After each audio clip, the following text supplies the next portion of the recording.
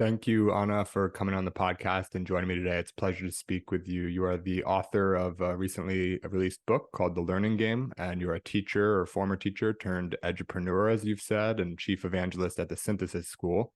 Also writing a newsletter called Fab Fridays on education and publish over 100 issues on Substack for that. So basically all things education and teaching, you're the go-to person, and it's great to be able to talk with you about it. I think education is a large interest of mine, and curious what the future holds for it. So looking forward to jumping in. But I think the best place to start would maybe be with your education. I understand it's pretty unique. You went to 10 different schools in several different countries and sort of moved around a lot as a kid. So maybe that'd be a nice place to start to talk a little bit about your sort of unusual education and maybe what some of the highlights were from that and maybe some of the downfalls. Yeah, thank you for having me, Jake. So like you mentioned, I had a pretty crazy childhood moving around. I was 10 times the new girl. I'm from Panama originally, but because of my dad's job, we had to move around a lot. And so, yeah, by the time I was 14, I had been to 10 different schools in 7 different countries. And so I kind of had to pick up on what in my book I called the game of school in order to survive all the different academic environments and social expectations. And so the game of school is sort of the kind of things you had to do, or I had to do, in order to pass to the next grade level, appear as if I was paying attention, how many times I had to raise my hand to get that participation grade, the things I had to ask or not ask so that I would not get in trouble, how to please my teachers, how to complete worksheets and pass the test, et cetera, et cetera. And I became really good at this game, right? I played it over and over and over again until I graduated high school, but I didn't quite like it. And I would argue, and looking back, I realized that I wasn't quite really learning. And where I was actually learning was when I would get this kind of like school game out of the way, and then I could go outside and do the things that I actually enjoyed and follow my curiosity and explore and play around without anybody sort of judging me with a grade or telling me what to do or how to, giving me instructions. And so that's where, genuine learning was happening for me and what got me really excited. And so I was very lucky to have a mom that was very hands-on and very involved. And she kind of let me take my interests wherever I wanted. And so I had a really nice childhood. And that sort of became a springboard for me wanting to become a teacher later on. I loved talking to people. I loved learning about new things and new people and languages and explaining it to others in ways that were exciting and compelling. And so I wanted to work with kids, and I became a teacher. And when I was going through the ed program, I studied at NYU, childhood education and special education and psychology. I got to student teach at several schools. It's part of the teaching training program. You have to observe for over 200 hours, kids in different placements with the objective to sort of like pick up on the things that you want to imitate from teachers, the things that you want to do different.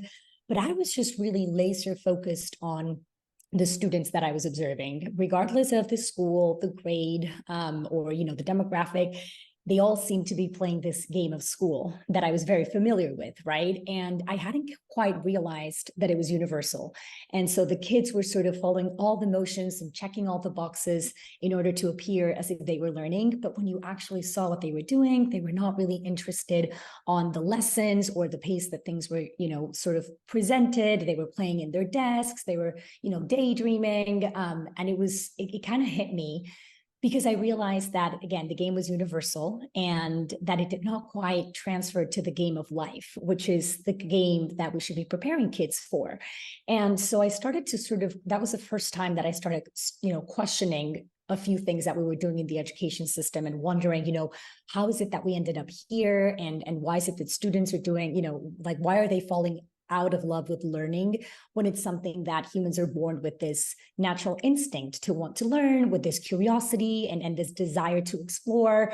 And so I started questioning a lot of these things, but I was like, I'm going to try to do things differently in my classroom. And so I went on and became a teacher. And to a certain extent, I was able to do that. And I created an environment that was inviting. My kids wanted to come to school every day. I tried to deviate from the curriculum as much as I could in order to focus on the things that they were interested in and that they were already curious about and that sort of had practical applications and relevance to them. But I couldn't do it as much, right? Like there were still so many parameters and standards and structures that I had to follow. And so what I started to notice was that as my students would move on to different grades, even when they had great teachers, they would start to fall out of love with learning again, and they would stop playing the game of life, right, or the learning game, and start playing the game of school again. And so again, I started to question everything, and I started to dig into the history of education, and again, a lot of this things that the way we do things now. And it turns out that, like I was saying, kids have this desire and they're born with this natural instinct to learn, but then we put them into this buildings and this very structured places where suddenly they have no choices over their learning, over the way things are presented, over the pace, over the way they are assessed to see what they learned. And suddenly all these things that come naturally to you are enforced. And so naturally kids start to fall out of love with that, right? And, the things that they would do naturally, like asking tons of questions, when kids are young, they're questioning everything because they're trying to deconstruct the world and what's thrown at them, and they're trying to think for themselves, right? Suddenly they get penalized for this, right? Like, don't ask too many questions, you get in trouble for that. Or, when they're young, they want to try things out and they take risks and they fail, or they break things, or they make mistakes, and they don't really care, right? Because they're not being judged. But then they're put into this environment where suddenly there's a grade, right? And there's like all this stigma around getting things wrong and saying, I don't know. And so I started to realize it's going to be really hard to change things from within, and for an individual to make things move in a different direction. And so eventually I made the hard decision to leave the system in search for better opportunities. And so now I've been working in the alternative education space for the past 4 years, and doing lots of research and writing about my experience as a student of 10 different schools, and in different places, and then as a teacher. And now with all the things that I've discovered, and now I'm in the kind of other side of the spectrum, right? At the edge of innovation. I'm part of this startup called Synthesis, like you mentioned, and we're trying different things out. And so I believe that, yeah, definitely this different childhood that I had provided that springboard for me wanting to transform the way we do teaching and learning nowadays. Yeah, it's a really interesting story. And I know, a lot of people go into teaching sort of, they learn whatever they learned in school, and then they sort of are looking for a job and they just kind of like fall into teaching or something like that. But for you, it's like so clearly a part of your story and a part of your passion from growing up with an extremely unique education. Sounds like your mother was sort of very invested in your education as well. And to go through the system and realize, hey, I'm doing my best here. It's not your fault. It's not any teacher's fault necessarily. It's the system that's sort of designed for them to fail and to, lead teachers to burn out. It's a very difficult system, and it's sort of, beyond repair, I think, at least from your assessment and that of many others. And so we need to sort of develop a new system in parallel, and maybe the old system will sort of repair alongside that by sort of learning from it. But it's too much to just go for straight reform. You need that blank slate.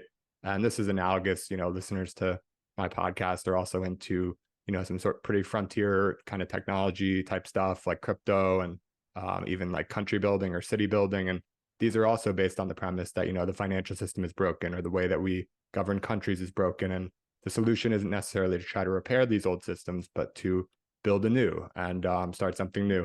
And so I think it's very exciting, and it makes a lot of sense, obviously, in the context of education, which is this, sort of old and very broken system. So how did that system come to be in the first place? I know, it didn't just like sort of spring into this way for no reason. The way it is, the way that it is now, it sort of made sense at a certain point in time. So, what's this broken system? What's the origin story of how it got to where it is now? Yeah, so it's very interesting because education actually used to be the job of parents and one-on-one tutors and the churches back, 200 years ago. But then that started to change in a region of Germany called Prussia. So at the time, the nation had been defeated by Napoleon's army, and they had suffered this horrible loss. And so the nation, the leaders of the nation were like, well, we need to do something so that this doesn't happen again. And so they decided for the first time to sort of take charge to educate the youth and the population in order to have a very strong fighting force, and so that this didn't happen again. And so this is the first time that we see like the beginning of this modern education system that we have nowadays of, grouping kids by age into the centers, this extended school year, starting, the day really early and ending around 3-4 p.m. and, having subjects, and having, at the time, it was a squadron leader in front of the class, which was like the teacher, imparting the knowledge and training the kids for this common purpose, and everyone would do the same thing at the same time and pace. And so this model worked really well in terms that, Prussia built one of the strongest fighting forces in the world. And so the model spread across the globe like wildfire. And around the 1960s, after World War II and the Industrial Revolution, it kind of revealed a nation's manufacturing capacity and the need for that. And so the United States sort of led this next revolution in the history of education. The theme was standardization and efficiency. And the whole point sort of shifted from the whole point of education, from training kids to be Army soldiers to training managers to run corporations and to work at the assembly line in factories. And so again, the US dominated because they were really good at, the assembly line for other things like bullets and cars and clothes and food. And so they were like, why don't we do the same for education? And so it became even more standardized, and the whole process of, grouping kids together and putting everyone through the same curriculum and ringing bells every 45 minutes. And, anyone that didn't quite fit the mold was labeled as defective.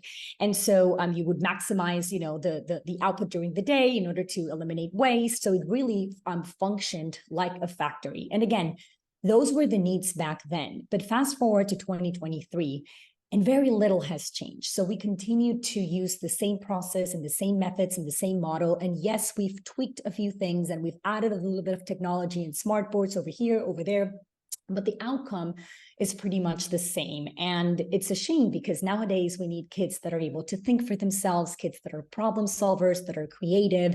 And that's not the right and the proper environment in order to provide the space and the resources for them to turn out that way. And so throughout this conversation, you're going to hear me talk about that a lot. And of course, I'm generalizing, right? I'm talking about the very traditional schools, which happens to be most, but I'm very much aware that there are other alternative schools and schools that have different approaches and different philosophies that are doing things differently. But I'm talking about like the traditional education system, which happens to be very common across the globe. And even I that went to different countries and different schools, it looked pretty much the same. And so that's sort of like what I realized that was very hard. I don't think the traditional school system is going to go anywhere, unfortunately, at least not in our lifetime, because it does have a very solid purpose. It works like a babysitting center, and a lot of parents do have to drop their kids off somewhere that's quote unquote safe, because of course that has been changing in the past years, unfortunately, especially in the US. But so I think that's not going to change. And there's a lot of bureaucracies and a lot of stakeholders and a lot of forces that make it really hard for it to go anywhere. And it's very resistant to change. And so I think that the solution is going to be to build a parallel system, right? And to have more diversity of approaches so that people can actually pick and choose how they want, like a menu, right? And how, what works for them, for their family. And it may look very different from one kid to the other. It may change over time as well. So I think that the answer is not like one new system, but rather like many different, we can call it systems or approaches or options, so that people can kind of like work around and design their own learning game for their families. Yeah. And again, it actually comes back to sort of this like city building analogy that I mentioned earlier. One of the things that's made me so interested in that for so many years, beginning with like seasteading, the idea that we could build cities on the water that could sort of self-govern, is this concept of experimental governance. And the more small sovereign areas that you have, the more people can do things differently, and just the more choice anyone has for where they want to live. It's easier to move internationally these days, and to have all these different places doing all these different things, you can pick your own accordingly. And I think in education, it makes a lot of sense, sort of like experimental education in a way where people can go and create a school that does things this way. And maybe it's very outdoors focused. And then another one, maybe it's very sports focused. Another one's very painting focused. And I'm just sort of naming like different domains, but of course it could be organized by very different things than just that as well. And then parents and, hopefully with, the cooperation of their kids, can choose, sort of what works best for them, and incrementally improve over the course of their education as well. So I think it makes a ton of sense. There's story that I heard several years ago that kind of stuck with me. I don't know, unfortunately, the name of it or the author, but it was sort of analogizing, school to like, it was talking about a school for animals. And it was an analogy for, the traditional schooling system today. And basically it was like, instead of math and history and English, the classes were like climbing and swimming and flying. And so the funny part, I don't really remember like the full story, but the funny part was like, the monkey was really good at climbing, but like he couldn't do the flying. He failed his flying class or whatever because he had to take it. And the fish was great in swimming, but he couldn't do any of the other stuff basically. And so I don't know how they came to this conclusion, but basically like the eel was like the best student in the school because it could somehow do all these different things. I don't know how an eel climbs or flies, but maybe there's some way that it gets around that. So I thought it was actually a really good analogy because school basically rewards this like well-roundedness and gaming the system, like you said, and it actually doesn't incentivize people to go further and deeper into the places where they're best suited and where their strengths lie and where they can become sort of best in the world type people. So how do you think we can sort of get around that, where the school is trying to output, like you said, either this military person or this factory worker, and so clearly we're not in that world that rewards that anymore. So clearly it's beneficial to double and triple down on your strengths. So how do we sort of fix that problem in particular, do you think? Yeah, so that's so interesting. I think I've heard versions of that story, and it's so true. It's such a great analogy for what's happening. I think a few things. One, the moment that we decided, and again, there was a purpose back then, but I think that there's a big repercussion when you try to grab, again, a process that's so organic and natural and so different per individual, because we're all very different, right? And we mature at different paces, and we just absorb information differently, and we are interested in different things. And we know that curiosity is very important for the learning process and for things to stick. And so when you try to standardize a process and make it, school has, and I'm not saying that school's not for anybody. No, I actually think that there are some, certain students that benefit from this structure and from the way that we teach in school and from, lectures and this and that. But that happens to be like the minority, right? What happens with the rest of the, like the animals, like you said, that are not the seal? Like, what do you do with those? Like, they're kind of stuck in a system where they're set up for failure, right?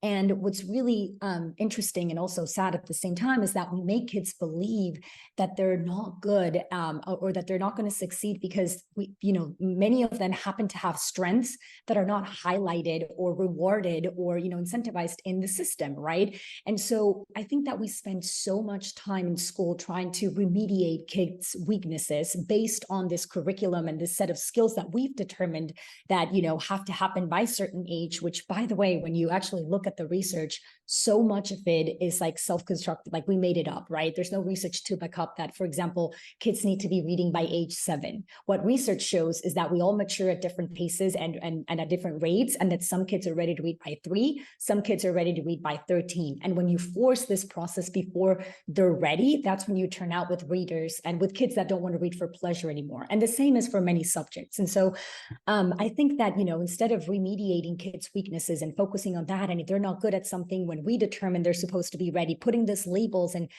then becomes a self-fulfilling prophecy and they believe they're not good at this, we should be doubling down on their strengths. And I don't think there's a perfect system out there, but I do like what, for example, Finland is doing.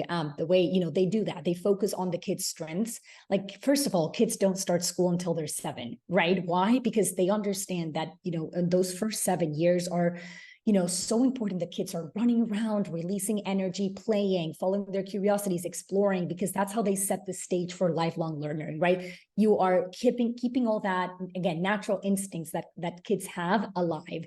And so before you put them into like sort of a more structured environment. And then once they do enter school, you notice that they, this whole notion of less is more. So they have less classes, less hours in the day in school, less homework. Some, most of the time they don't even have homework. And so less subjects, less time, in classrooms. And the reason for that is because, again, they really value this idea of kids know, and again, they naturally have this innate desire to learn. So it's about sort of providing them with the space and the tools and the resources and guide them with the right questions so that they can actually conduct their own learning, right? And of course, there's a space for an adult, but it's a more passive sort of facilitator kind of role. And so I really like that. And I've seen that some schools around the, around the country have been like trying to adopt some of those Finland approaches. And then kids early on, sort of when the teachers and the parents are sort of noticing what the kids are inclined to and good at, and it can be sports, it can be music, it doesn't have to be like an academic subject. And if they're really good at something, then they'll let them pick that path, and they'll sort of like double down on that and make them really, really good at that craft. And I think that that's excellent, because the difference is that kids are graduating from school in places with systems like that, knowing what they're good at. They're very passionate about it, because of course you tend to like the things that you're really good at, and they kind of know what they want to spend the next few years doing, how they can contribute to the world. But if you look at the US, it's pretty much the opposite. And I say the US, but also like Latin America, where I'm from, they follow sort of the same structure. And kids are graduating from school with a bunch of academic junk that they don't even know how to apply, because a lot of it, unfortunately, doesn't even have practical application nowadays. 2/3 of the kids going through school right now will end up doing jobs that haven't been invented. And yet we continue to teach them from this like outdated one-size-fits-all curriculums. When you look at the knowledge that we're forcing them to memorize for tests, most of the time it's not even applicable to any like relevant job nowadays. So it's like, what are we doing? And then we're like giving grades and this whole craziness around assessment. And so I think that a way, again, I don't think there's a way to fix the actual system. That's why I'm out of it. But a way to think about it is the way that Finland is doing it, which is, I think they're onto something, which is, let's sort of look at kids and they're all really good at something. And so let's help them find what Naval Ravikant calls, their specific knowledge, right? The things that they enjoy doing, that feel like play to them, but look like work to others, what unique value they bring to the world, and then make them really good at that. You also have to expose them to a variety of different, a range of different topics and subjects and this and that, but in the right context. So if you look at the way we do it in school, we grab knowledge and we isolate it into subjects, right? And every 45 minutes, we ring a bell, we ask kids to close their math notebook and open science, and close science after 45 minutes and open literature. That's a really hard way to learn and for knowledge to stick, because learning is interconnected, right? It's really hard for you, like kids need to be able to see how math fits in with science and how science fits in with chemistry, and look at all the things. So a way better way to approach learning is through a project or through a problem, right? You give them a problem and they're going to need, in order to solve that problem or that project, different subjects and knowledge and tools and resources. And that's when you introduce those things, right? Because they suddenly, like, kids see the relevance and the application of what you're asking them to learn or what they need in order to solve the problem. And we know that in order for something to stick, kids need to know the relevance of what they're doing and how they're going to apply it. And knowledge decays really quickly. If we don't use in the next 14 days what we're learning, then we forget about it. And so they need to be able to grab this and put it into practice right away in order for them not to forget, right? In order to actually be able to do something with that other than just memorize it for the sake of memorizing. And so I guess we could start by, forgetting about this idea of isolating things by subject and start to do more project-based work, giving kids more free time to actually do what they naturally do, and just provide the space and the resources and the peers and the community in order for them to explore. I think that, reading is super important, but expose them to a literacy rich environment and read to them and give them books and give them choices. And you spoke about this at the beginning of the, it's super important for the learning process for kids to have autonomy and choices over what they're doing. And this is for adults, this is for kids, this is for anybody that wants to learn. And so giving them that as much as possible, I think, is super important. And it's sort of the complete opposite of what we're doing in school. It's funny because in my book, I include a quote that says, kids nowadays have twice as many restrictions as incarcerated felons in school. And so, that's insane, right? We've removed sort of like the basis of, or one of the most important things in order for learning to actually happen. And so I think a lot of these things come back to, we need to rethink from first principles what it means to teach and learn, and we need to start asking, the right questions, like, what do we know about kids and how they learn? What do we know about the kind of future that they're going to be heading towards? Like, what are the skills that they're going to need regardless of what profession they want to go into, or, in order to be happy individuals in a world that's chaotic and constantly changing, and, considering that we don't know what they're going to need in the future, what kind of jobs are going to be out there. And we know that information is accessible, right? So they don't have to be memorizing all this stuff anymore. And so, and just to teach them how to think critically, right? And how to ask the right questions and not blindly believe everything that we tell them, and not think that, authority has all the answers and they're always right. But actually, no, teaching them how to be skeptics and how to, detect biases, starting with their own, and question everything. I think that that's such an important thing that we could all, and that starts at home. But I guess those are some general ways that I think that we could start to make things move in a different direction. Yeah, I think that's a great framework for thinking about it. And I want to sort of transition from, talking about the problem to talking a little bit more about solutions. But one more maybe question before we do that, and talk about synthesis, of course, is part of that solution, hopefully. But, you mentioned in the book sort of these dangerous lessons that are learned in school, and these things that are sort of necessary to unlearn for kids. You hinted at sort of the problematic nature of assessments and testing and everything like that. And not really basically punishing failure during the time in a kid's life where it's like the least consequential to fail, and obviously a critical skill for life to learn how to fail and get back up and everything like that. So, sort of summarizing everything that we've been over thus far, what are like the sort of the worst parts of the current system, the most essential that we sort of get right in creating this parallel system? Yeah. So, well, the one that we just touched upon most recently was the one that, um, the system teaches you not to question authority. And I think that that's the first one. When we ask questions, we innovate and we move things in the right direction. When we don't ask questions, we're stuck with the status quo. And I think that, that's the first one that I would encourage parents to start helping their kids unlearn. Like, it's okay to question things. The second one is this whole notion of trying to fit in. Like, school teaches you to sort of fit into this mold and do what everyone's doing. And if everyone believes an idea is true, then it must be true. And sort of like, this is the path to success, and so on and so forth. And I think that, no, like, we need to unlearn that and teach kids that it's better to stand out. It's better to, find, try to look at things from a different angle, not what everyone else is looking at or what everyone else is thinking, and trying to, again, it comes from asking questions, but really sort of carving their own path and breaking from the path, from the pack. I think that's super important. And again, something that we need to reinforce at home, because schools is teaching them the opposite.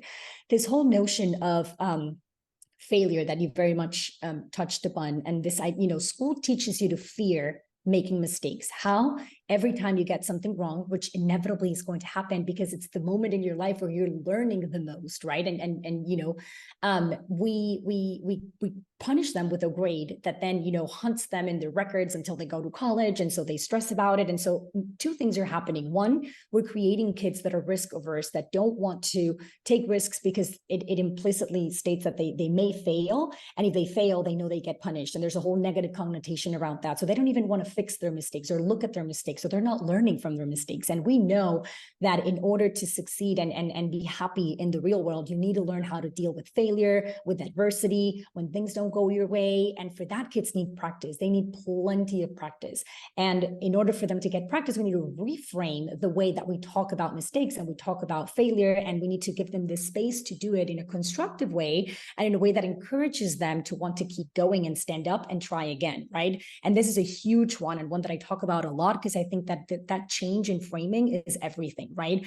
And we'll talk about how we do it at Synthesis, but one of my favorite things there is that kids look at something that they've never seen before, and instead of being sort of like scared or taking a step back, they're like, oh, I know nothing about this, but I'm totally like, I have what it takes to figure it out. I can figure it out. And that whole notion of like that desire to figure things out and knowing that you can is something that's not taught in school, and that we need to cultivate at home, or something that needs to be unlearned in order to relearn the right thing.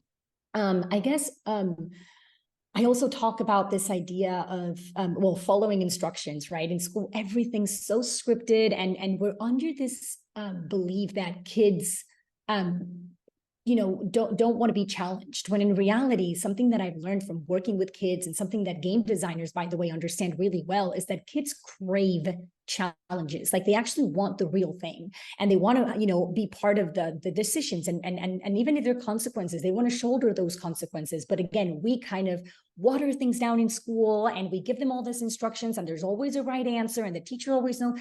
That it's like a skewed way of thinking about learning, right? And so again, we train them out of something that they naturally had, which was this desire to figure things out. And suddenly, like, we're training them to just sit down and wait for somebody to tell them what to do. And the real world doesn't reward that. The real world wants people that are, proactive and that can figure things out. And nobody wants to hire someone that needs to be told what to do all the time. And so I see so many kids graduating from school, very insecure with their abilities to, figure things out when there are no instructions. So that's also a big one. And I think the rest we kind of covered already throughout this conversation, but if anything else comes to mind, I'll bring it up. Yeah, no, that's super overarching, especially combined with all the stuff we've already discussed. I think it's very clear what's wrong with the system, and hopefully we can move forward to talking about some solutions. And I would highlight actually the very first one that you raised there was about sort of giving kids permission and teaching them it's okay to like sort of question authority, and not everyone knows like all the answers and everything like that. I always consider myself like very fortunate that growing up I never really got that, or at least very rarely got that classic parent answer of like, you're questioning why something is the way it is, and they just say like, well, it just is, or that's just right, or you just have to do it, or whatever. Like I always, my poor parents, but they always like sort of tried to give me an explanation. And so that was, I think, a very beneficial way to grow up, where you're not just sort of learning things are the way they are because they are, and you're actually sort of getting the opportunity to think things through and learn things and realize that, the parents and the teachers don't always have all the answers, which is super helpful, I think. Mm-hmm. So transitioning over to solutions, like I said, I think, obviously we'll spend some time on synthesis, but one sort of maybe meta question before we get into synthesis is around sort of existing solutions, sort of like you mentioned with Finland as like an interesting alternative. Are there other things that other countries are doing, or even schools in America or elsewhere, or even just sort of alternative forms of education that are somewhere else on the spectrum, whether it's like homeschooling or Montessori or anything that's sort of untraditional, that maybe each of these options isn't necessarily perfect for everyone. And like we said, there's probably not going to be one size solution fits all, thing anyway. But at the end of the day, like these pieces might have, or these different sort of alternatives might have different pieces that might be sort of more useful or interesting. So I'm curious what stands out from your perspective. Yeah, absolutely. So the way that I now see, so before I did all this research and when I was stuck in the system, I thought that the two alternatives were the traditional school system or homeschooling. Well, it turns out that there's a whole spectrum of options, right? So if you have all the way to the left, the very, very traditional school system, then all the way to the right, you actually have something called unschooling, right? Which is not even homeschooling. It's just like when families make the decision that their kids are just going to be, unschooled, and they're just going to learn from whatever it is that they want. They 100% direct their own learning. And every day is just like whatever kids want to do that day. And so that's an extreme, just like the other one's an extreme, and it may work for some people. I don't think that would work for my family, for example, because personally, I do see the role of an adult, and especially like a mentor in a child's, especially as they're growing up. I don't think that they necessarily have all the answers of where they want to take their learning. I think it should be, again, like a facilitator, mentor, guidance kind of approach, but I do feel like it's very important that parent and an adult figure. And so then you have, sort of like world schooling, right? Which are the families that decide to just travel the world and then have their kids sort of like learn from whatever it is that they encounter, but it is a bit more guided because the parents are sort of part of it as well. And I think that's fabulous if that's sort of like your lifestyle. And then you have homeschooling, which has so many different variants, right? You can have like homeschooling that actually looks pretty much like the traditional school system because parents decide to do, grab a curriculum that they would use in school and follow it to the dot. And they have a schedule, 8 to 3, 8 to 4, just the way you would have in school. But then you have more flexible approaches. You have some that involve a lot of online learning. And this is very common for families like that are, in the sports world that have to travel a lot. And so usually like this online homeschooling method is very popular there. But then you also have one that I really personally like, and I would consider something like this for my kids when they're older, which is sort of the idea of learning pods or micro schools, which is something that became really popular with the pandemic and COVID. And when you have like a few kids, like 6 to 8 kids grouped together, it could be in a home or it could be in different places, but it's sort of like an unconventional, it's not like a school setting. And the curriculum is very flexible, right? You kind of pick and choose on, it's very project based, and it's based on the kids' interest, and you kind of like go by what they're curious about at the moment, and it's very like, let's work on this theme first, and then you move on, and you kind of have a saying over it, and I really like that approach. Then you have something that I also find fascinating and that I would also consider for my kids a few times a week, which are the forest schools and the beach schools, right? Which I think go very much in line with what we know about kids and how they develop. If you look at what kids need in order to develop like healthy individuals, they need tons of movement. They need to be releasing energy from the moment they wake up until they like go to bed, right? They need to get exhausted throughout the day from moving so much. And if you look at what we've done with the traditional school system, every day it gets even more structured. And kids nowadays, many schools have like 15 minutes of recess and, maybe like the hour of PE. That's not nearly enough movement of, what they need, right? So you start to see abnormal, quote unquote, behaviors where they're like shaking and bouncing and fidgeting. And then teachers make them feel bad for this behaviors when in reality is an indication that they're not getting enough movement throughout the day. And, that's another conversation, but then you start to see all the labels and the ADHD, and now we need to medicate them, when in reality, I would argue that most of these kids don't have ADHD. What they have is that they're put into an abnormal environment that doesn't go with what we know about kids and what they need to develop as, healthy individuals. And so these beach schools and forest schools, kids are outside in nature, running around other kids. They have guides and adults with them, and they're kind of learning from the things that they encounter in nature. And there's some variations of this. Some are like a little bit more instructional, and some are a bit more like free exploration. Either way, I think that something like that is super beneficial, especially those like first 8 years of their lives, right? Where they should be outside playing and running around with other kids and just exploring the things that this awesome world has to like show them. And so something like that is also very interesting, and I think they're on to the right place. And then you have, and here's where I'm going to talk a little bit about synthesis, like this whole online component. And it's interesting because when people think about online education, many people think, oh, what we saw during the pandemic. And, that's not real online education. What happened there was like from one day to another, we had this like pandemic and people had to survive. And so schools tried the best they could, and they grabbed exactly what they were doing in the brick and mortar schools and they put them online. And so, if kids were not paying attention and not interested in school in front of the teachers and classmates, how is it that they're going to pay attention in front of a screen for hours a day? Of course, that did not work. And of course, kids were like losing their mind and then falling behind, blah, blah, blah.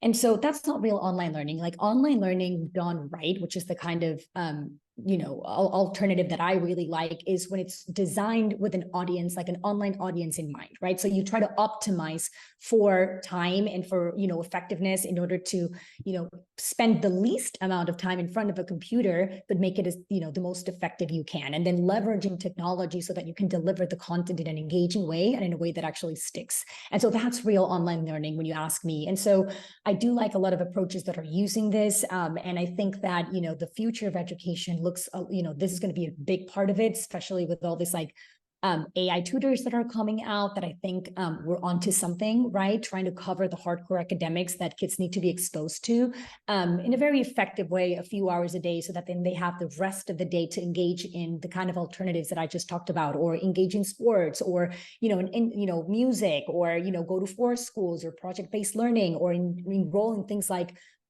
team problem solving, which I think is huge and such a fundamental skill that every single kid needs, regardless of what profession they want to go into. Like if there's something we know about the world they're going to inherit, is that they're going to have to work with other people, probably from different places across the globe, in collaboration, and probably compete against, other things, right? And so at Synthesis, one of the products that we have is we give kids extensive experience in practice, working in teams, solving really challenging problems that are fast-paced, where they learn about trade-offs and need to make decisions under pressure, and they're competing against others, and they're faced with, failure. They need to pick themselves up. They have to figure things out. So there's like a lot going on. But these are the kind of soft skills that I believe are fundamental, that we're not teaching in traditional schools, that kids are going to need in the future. And I don't think Synthesis is the only place where you can teach this. I do think right now is the best scenario where I've seen that kids get practice with this, and it's getting better every day. And so I think that should be part of every kid's education, like some, collaborative team problem solving.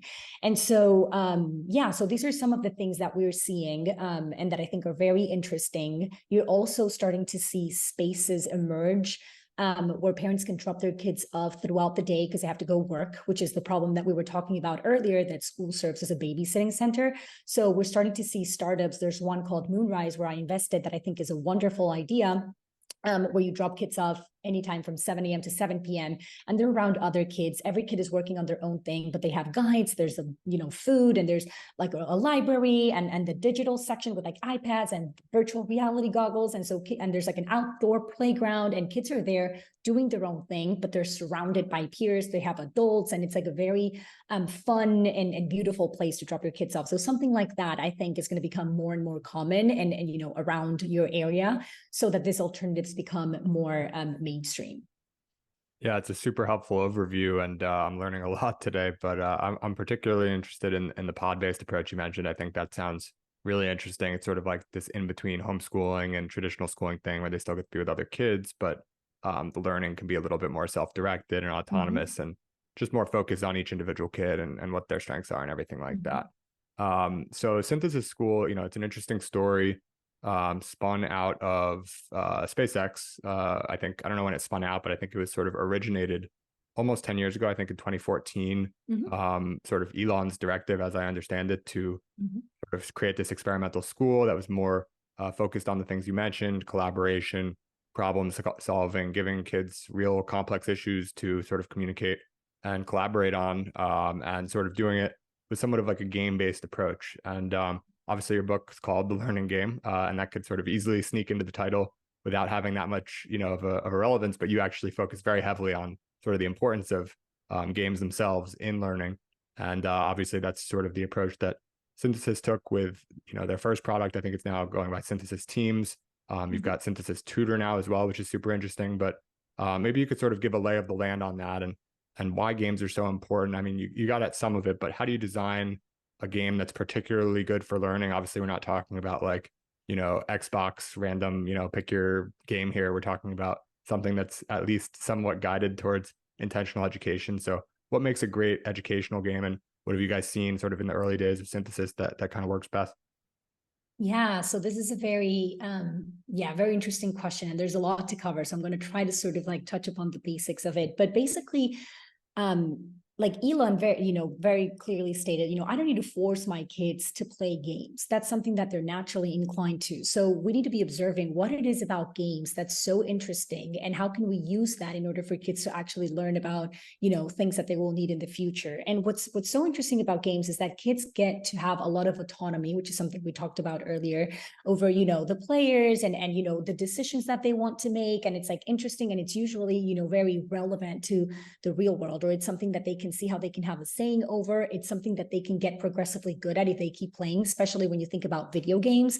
And it teaches you, for example, when you see kids playing video games, they're constantly failing, right? And they pick themselves up and they just keep going, or they're trying to figure out, okay, I failed again. What did I not do right? What do I need to do different next time in order to get better? And they have this like perseverance to keep going until they achieve their goals. And you don't see this in traditional school, right? So Elon was like, get rid of all the fluff and all those, things that are not really relevant to learning, and let's focus on the real thing. Let's make it fun. It needs to feel like a game so that kids can, want to keep doing it. And so I went down a rabbit hole trying to like see, all the things that game designers do really well. And it turns out that there's this concept, for example, called flow, where you put players and into this state where sort of like everything freezes and you're so focused on what you're doing that you're like absorbed in the experience. And there's some ways that you can actually replicate this in the real world and in games so that kids feel the same way when it comes to their learning. And it's as simple as, again, highlighting the relevance of what they're learning, starting from their curiosity and giving them problems and things that they're interested in doing.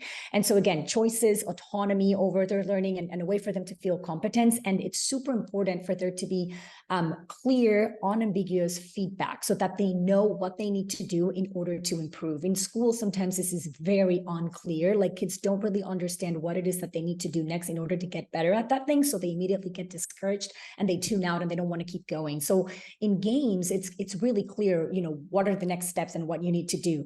And then it's so interesting because it starts with this idea that kids want a challenge, like we talked about, Ava. They crave that challenge, and they actually enjoy feeling a little bit of confusion. And this is something that games are really good. Like it gets to the point where kids don't really know, they encounter something that they don't really know where it fits, but they're, if they don't get it right, they're not like big stakes, they're not going to get the back way. They're not going to, the game's over and that's pretty much it, right? Like it doesn't really matter. And so that's actually really, that framing is really important in the learning process. And so the other thing that was super interesting that Elon did in this school and that you actually see a lot in all the gaming world, it's like, he was like, forget about grade levels and forget about, grouping kids by age, because if you think about it, when in the real world do you only interact with people your age, right? The best way to learn and the most interesting way to learn is when you have older kids and younger kids, and, the older kids want to teach the younger kids because it's a natural sort of like human impulse when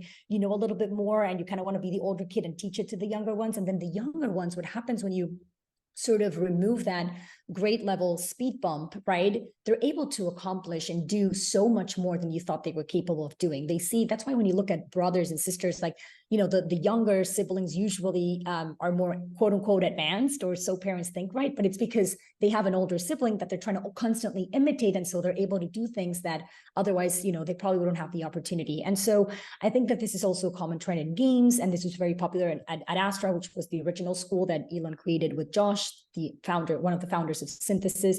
And so it's this whole notion that if you make a game that kids are, they need to opt into the game, right? So if it's something that you're forcing them to do, then that whole motivation component starts to wind down. So they need to say, I want to play that game. I'm interested in that. Like, I want to do that. They need to opt in. So that's also very important in terms of like the game aspects that work. And then there's this whole notion, you hear nowadays this buzzword like, oh, gamification and gamification this, and, schools are using gamified learning. But it turns out that a lot of this gamification is really pointsification. So schools are grabbing sort of like the least interesting things about games and game design and incorporating into the learning and calling gamified education. And it doesn't really work, because these are the things like points and badges and leaderboards and characters and colors and this and that. All this, you're tapping into the extrinsic motivators. And what happens is at the beginning, they work and kids are super into it, right? You do this, so I'll give you a pizza party. You do this, so you move up in the leaderboard, you get this points and da-da-da. But these are actually the least interesting part of games, right? Because the moment things get hard, which eventually they do, the math gets hard or the content gets harder, this extrinsic motivators are no longer enough to keep you going through the really hard part. And so the most important and last longing elements of games are actually the ones that tap into the intrinsic motivation, right? Again, you opting into the game, you understanding how you can get better, having a challenge that's not too out of your comfort zone, but it's also not like too easy that then it becomes boring. So it's like finding that perfect sort of like zone of proximity that we often talk about, that's conducive to flow.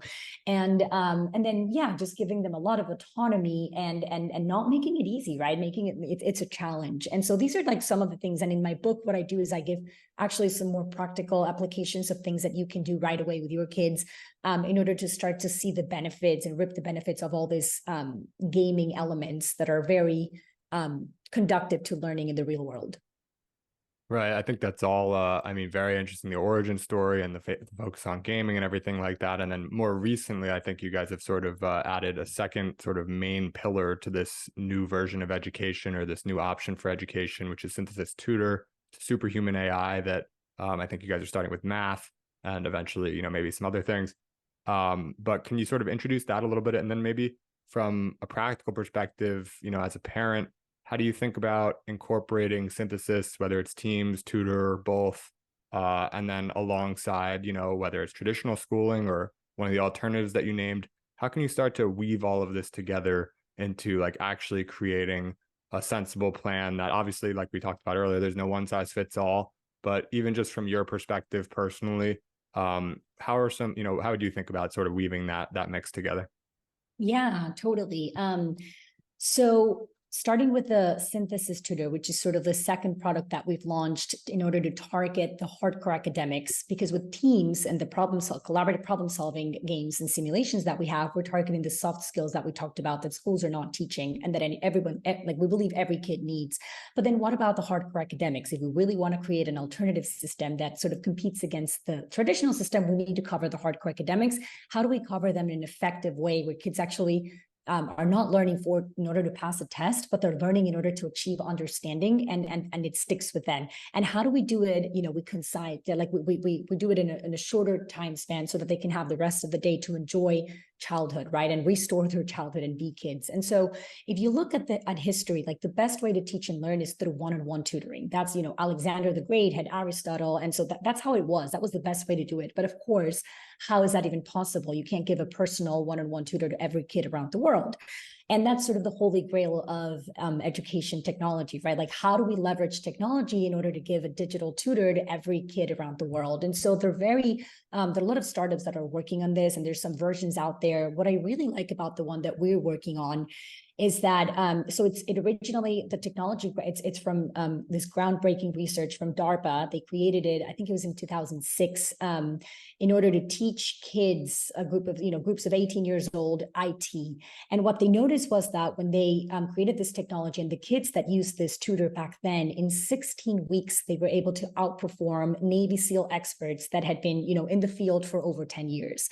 And so it was pretty incredible. At the beginning they were like, this is way too good to be true. Is it that we accidentally picked a whole group of 18-year-olds that are geniuses? And no, it turns out that the way that the tutor was built, it was just really, really effective. A lot of tutors out there just sort of take from the middle of the pack, but ours is just significantly better. It's sort of like the difference between going to a community college and an Ivy League, right, in terms of the results. And I'm not going to get into the whole like Sigma 2 problem, but it's too technical. But basically what we noticed was that when you grab, when I first heard about this product, I was like, I'm a little skeptical, because as a teacher, I understand the importance of the human element and the connection that has to be part of the teaching and learning process. Especially kids need to feel that there's a caring adult on the other side that wants for them to succeed and believes in their ability to learn and succeed.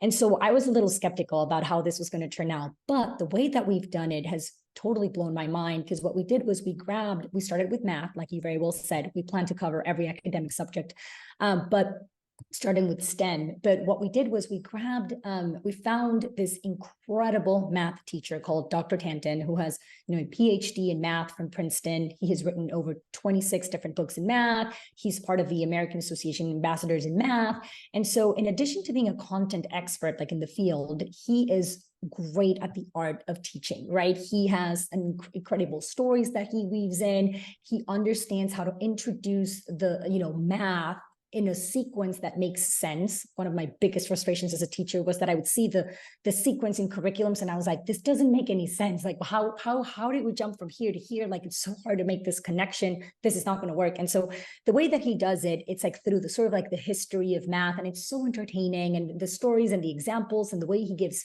feedback in a way that encourages you to keep going. And he doesn't give you the answers when you get things wrong, but he asks the right questions that make you sort of like probe into your thinking and make you realize and get to the answer. It's really incredible. When I met him, I was like, this is the teacher that I want for my son and for kids all over the world. And so what we did was we recorded him for over 200 hours, and we were able to capture all the like his persona into this AI, machine, right? And it's incredible because it's the stories, the jokes, the examples, and it's for the first time you have a teacher that's like infinitely patient and that's going to stay with you until you master the content. And so one of, again, my biggest frustrations as a teacher was that I had 30 kids and there was no possible way that I could sit down with every kid that came to third grade, for example, with all this like gaps in knowledge from previous grades that I had to address in order for them to keep learning math as it got harder, but I couldn't sit with them until they grasped it because I had a whole class and a whole curriculum to keep going and kids that were more advanced and I couldn't stop the class. But now, and I was like, how are we ever going to solve this? Now with this digital tutors, we're solving for that problem, right? Like, again, it stays with you until you master the content. And so I think it's really incredible. We're still at the early stages, but I think we're really onto something. The kids believe they're working with Dr. Tanton. They don't think it's an AI, tutor. And so I think that something like this is really exciting. And again, we don't have all these components that are pointsification that I was talking about earlier. Like, we don't have any of the colors, the characters, the points, no. And the kids love it, and they're super motivated, and they're flying through the content. Like, one of our biggest problems right now is that we can't create content fast enough for the pace that the students are consuming it. And it's because they're finally understanding math. They can see, I'm learning this, how they can apply it right away. Like, so it's like in a way that really sticks. And so that's the next product, the digital tutor. And now answering sort of like your next part of the question, which is like, how can we sort of incorporate these two products, or, synthesis, or the alternatives that we've been talking about. I think that, right now our customers are parents of kids that understand the problems with the traditional school system, but they're not necessarily in a position where they can pull their kids out of school, but they know that their kids need to unlearn a lot of the lessons that are being reinforced in school, and they have to learn these soft skills that we're teaching outside of school, right? Because schools are not doing a good job teaching that. And so they use it as an enrichment program. And so kids, when they leave school, a few days a week, they enroll in synthesis, and they can play and spin off these games with kids from all over the world, and they're problem solving, and they're enhancing their communication skills and learning mental models and how to make decisions, and they learn about trade-offs, all that with teams. And with the digital tutor, their parents are sort of like also like testing it in order to see how effective it is to teach their kids math. And what we're starting to see is that even the attitude of kids who thought that they were not good at math, and they just have this like idea, like, I'm just not good at it. They're like, oh my God, I'm actually really good, and I actually like math. And I'm starting to see why I need math, right? Which is something that we're like, what? Obviously, no. So many kids don't understand why they need to learn math because of the way that it's introduced in school. And so that's one way. Then we have customers that are actually homeschoolers or unschoolers, or, that are trying to make this part of their hardcore, actual education. But again, we're not there yet in terms of we haven't covered all the subjects. We still have a lot of lessons, and we're working really hard to do that. And so in the future, the way I see it is, in the US, for example, you have some states that are now like the school choice, right? Where the government's actually giving them the money, and they get to choose how they want to spend that money in order to educate their children. So it doesn't have to be like, public school funding, right? And so we see that, parents that are, in Florida, for example, is a school, they have school choice. And so they're using that to pay for things like synthesis, pay for things like learning pods or online programs that they like. And so you kind of craft your own education based on what works. I think that something we need is parents need to understand and what the alternatives are. I think it's not as clear. Like, it's not like, you decide you want to homeschool your kids, or you want to try something different. There's not like a place that you go and all these options are available for you, and you kind of pick and choose. You still have to do so much research and ask around and go online. And so I think that that's sort of a big opportunity, right? To have like a hub, so that it's easy for parents to know what they can do. But yeah, I think that right now it serves as a complement in order to teach the things that they're not learning in school. Eventually, we do plan to have the whole, structure and everything, so that it's going to be online. Because again, we just want to make it very efficient so that kids can be kids, right? That's like sort of like our main goal, for them to be able to have the time to do the things that make them kids, right? And at the same time, be prepared to have any future they want to do. Like, if they want to go to college, they're going to be able to go to college. If they want to then, join a traditional school, they're going to be able to do that. So they're not going to be behind, which is a big misconception that parents have when they think about, if I pull my kid out of school and I try something different, like, I'm taking a big risk. And I think that, no, the big risk you're taking it if traditional school's not working for your kid, and you continue to rely on that and you don't do anything about it. Yeah, I think that's a great way to wrap up. I know we're up on time, but I really appreciate you taking the time. It's been a fascinating conversation, and I've frankly never talked with anyone with nearly this degree of sort of knowledge and scope on the education space. So it's been really interesting, and very optimistic for what the next 10 years hold, both with synthesis and this wide range of other alternatives that you mentioned. So appreciate it. And where can people go, who are interested in sort of following you and your journey, and keeping tabs on all the updates in education? Where do you want to point people? Obviously, go buy the book on Amazon. It's called The Learning Game. Anywhere else you want to send people? Yeah, so I'm on Twitter, I'm Anna Fabrega11. On Instagram, I'm Miss Fab _ Learning Lab. I also have a YouTube channel that I'm adding some videos to, and I have my newsletter that you mentioned at the beginning, Fab Fridays, that I've kind of paused because I have a 10-month-old baby at home that I'm trying to juggle, but eventually, and the book, which is my second baby, but eventually I'm getting back to it, where I share sort of like the best of what I'm finding for free, just with the idea of, helping parents become aware of these alternatives. And my work is about asking lots of questions rather than giving like concrete prescribed answers, because I think it's different for everyone. It varies for everyone. And I think that the solution is diversity of approaches. And so thank you so much for having me, Jake. I really appreciate this conversation.